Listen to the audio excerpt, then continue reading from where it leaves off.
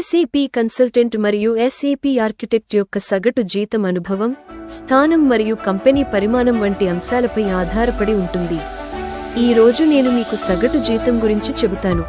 మార్కెట్లో చాలా తక్కువ ఎస్ఏపీ కన్సల్టెంట్లు ఉన్న సమయం ఉంది. ఆ సమయంలో ఎస్ఏపీ కన్సల్టెంట్ల డిమాండ్ మరియు సరఫరా పూర్తిగా సరిపోలేదు మరియు ఎస్ఏపీ కన్సల్టెంట్లకు అందమైన జీతం చెల్లించడానికి కంపెనీలు సిద్ధంగా ఉన్నాయి. ఇప్పుడు పరిస్థితులు మారడం ప్రారంభించాయి. మార్కెట్లో చాలామంది ఎస్ఏపీ పరిజ్ఞానం ఉన్నవారు ఇతర ఉద్యోగులకు అందించే వేతనాలతోనే కంపెనీల్లో పనిచేస్తున్నారు.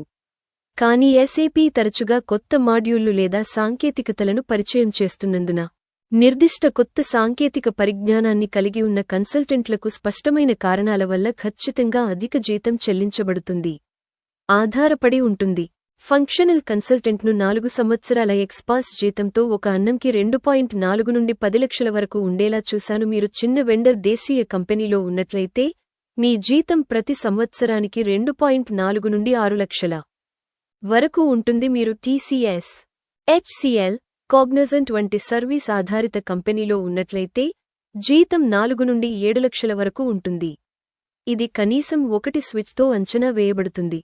మీరు డెలాయిటే, యష్ మరియు ఇతర పెద్ద 4 వంటి కన్సల్టింగ్ కంపెనీలో ఉన్నట్లయితే మీ జీతం ఒక సంవత్సరానికి 7 నుండి 12 లక్షల మధ్య ఉండాలి.